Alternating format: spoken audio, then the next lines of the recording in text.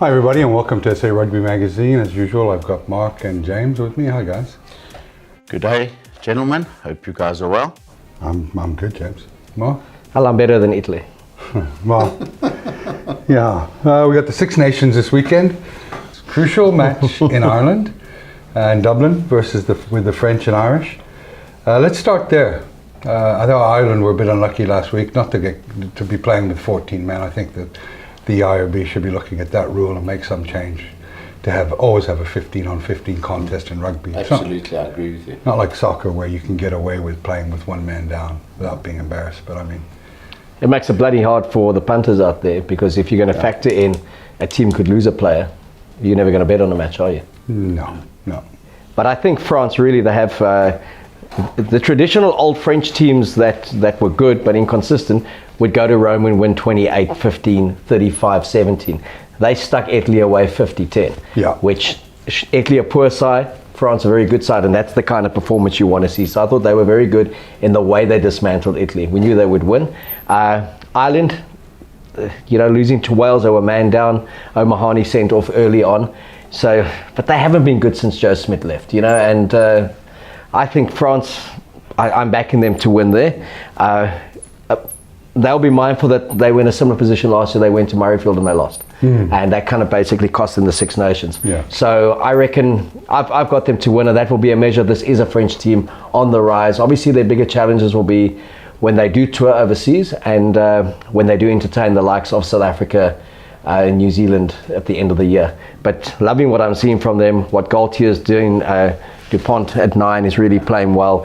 And they've got a lot of youngsters who've come through from that under-20 side that dominated world rugby the last 2-3 years. So nice to see. They've won back-to-back under-21 World Cups. So nice to see them, and I think that will be the match of the weekend.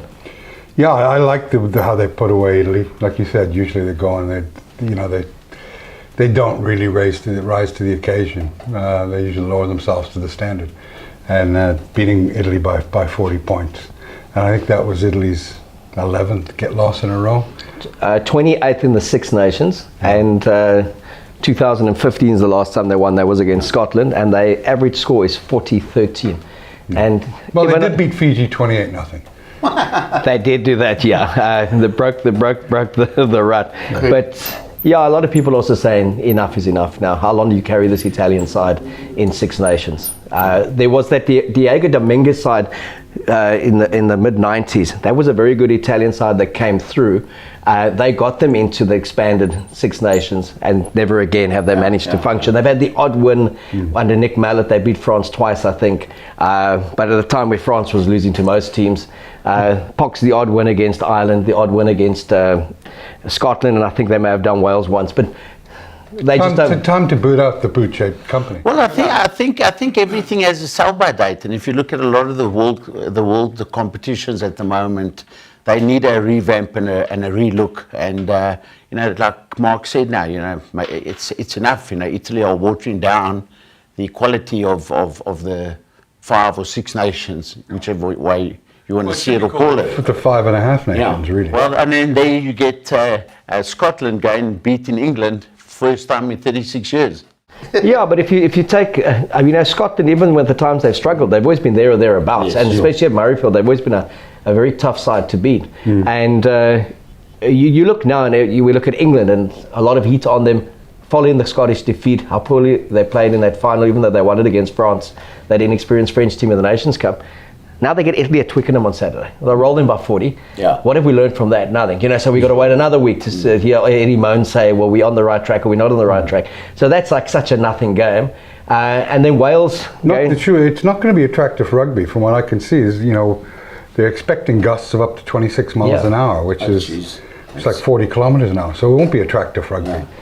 No, and then you've got Wales going to Murrayfield to play a fired-up Scotland in front of no one again, and Wales 7 changes because of injury. So really, the as we keep on saying, the match of the weekend, we're following France at the moment. How do they go every time, home and away, and they're doing this without supporters as well. And the French tend to rely on that passion of supporters. So yeah, they're a quality side.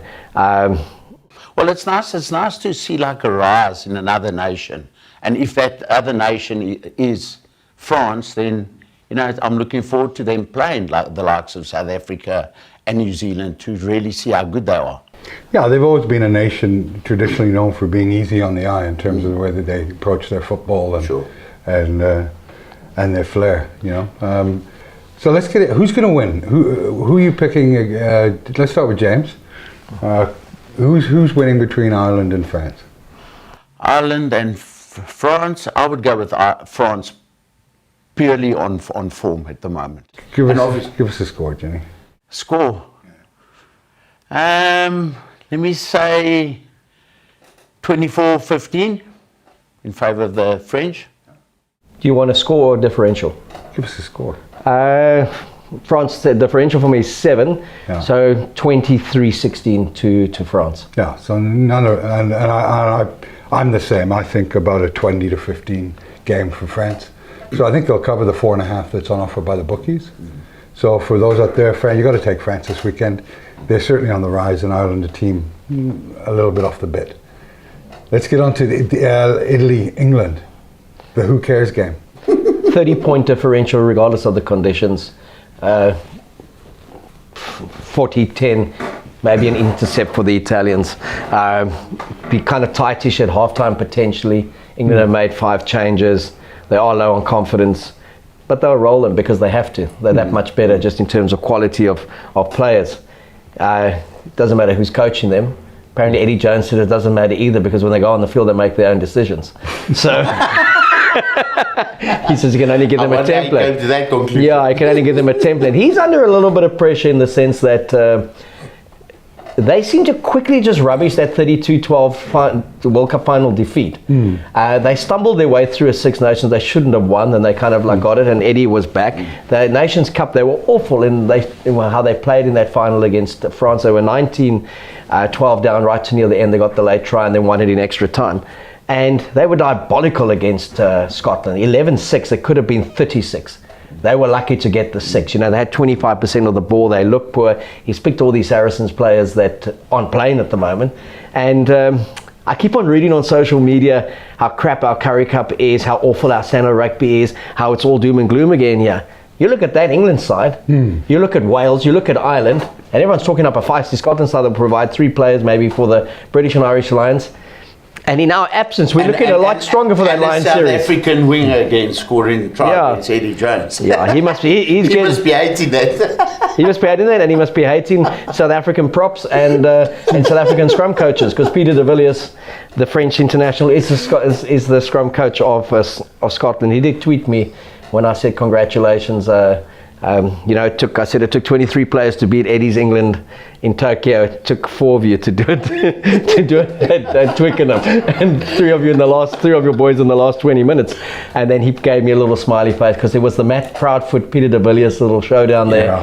Peter de Villiers was Russie's preferred choice, and because of family illness to his wife's dad, he had to pull out. He had to go relocate back to France. Proudfoot stayed, and I think this was a nice one for him to show what he could do with the Scottish side with 2 Laka Boursians in the front row. There we go. Okay, well, not so much a Boursian, but South African, and then VP and Nel. And so, this thing again, we keep on saying it of doom and gloom with South African rugby. The Boks haven't even played yet. It's not looking that flash for the British and Irish Lions when you see what's on show at the moment. No, for sure. And how about Wales? What do you think, James? Italy? Give me a score on Italy, England. Geez, I think England by 50. To be quite honest with you, I think they've made changes for the better, but I think England are going to pump them properly. Okay, so you'd be laying the points at 35.5. You think you're going to win by more than that? Yeah. I think they'll probably win that a little bit more as well. I mean, the bookies, what have they got? 35.5. Okay. So I mean, England have to get up for this game, unfortunately for them, and have to show something. Look, and the reason I also say that Italy simply can't front them up front. And again, it goes about, if you looked at how South Africa dismantled England, it was all about negating that contact point. Yeah. And the Italians won't have that ability.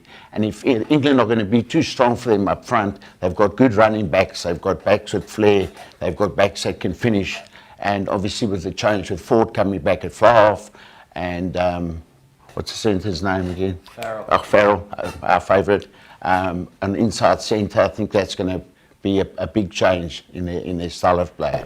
Look, I don't think it matters who they have in their backs against Italy. Their forwards get dominance. No, their forwards get dominance, and whoever's playing will be good enough to kind of maximise that. I don't think he's going to be any the wiser after this game. No, certainly. And it may kind of create the illusion that things have changed, and they'll come up against the France in a couple of weeks' time in March, and then that's the test, and maybe they've learned nothing. He did say they've learned nothing really from the French game up until now, which is surprising about how he's gone about his selections and who he's retained faith in. Yeah. Can't wait to play them at the end of the year, the box. Yeah, no. And how about Wales, Scotland? That should be it's always a bit of it's always a good game, Wales, Scotland. Yeah, and again, we keep on saying it'd be nice if it was Murrayfield with 65,000 people. Yeah. But Scotland have got good energy. Finn Russell being back at 10 has been he and Gregor Townsend had a big fallout.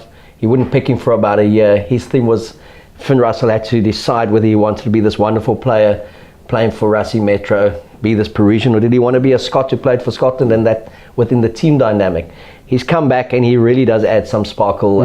He's definitely the best 10 in terms of flair from the home unions at the moment. And so I think home ground advantage, definitely just being familiar, being at home. Scots to win it, I would also say by 10 or more, given that Wales have got 7 changes, really injury hit. Yeah. And I don't think still Wales would have won had they had been 15 on 15 in Ireland. No chance. Absolutely no chance. Yeah, look, with so many changes, more than 50% of literally of the team, are they going to have momentum? You know, how easy are those guys going to be able to implement the game plan that Wales want to play? So I'll go also with Scotland by a small margin, by 5 to 7 points. Yeah, I think you might be right, James, because my big worry about Scotland, it's easy to get up for England, everybody hates them. But getting up for the Welsh, everybody loves them. I'm always not biased when you say that. No, not at all. I'm always weary of a team having to get up, and it was so draining to win that match. And it's not as if Scotland hasn't had a few injuries to cope with this week. They've got 3 guys out, and he's had to make 3 changes. I think it will be relatively close. I think it'll be single digits. I think 6 for me, but still enough. I like Scotland with the minus 4.5 to win that. So let's hope for a good weekend of rugby. And next week we've got the Super Rugby, the not so Super Rugby starting again. Exactly. Thanks everybody. Cheers.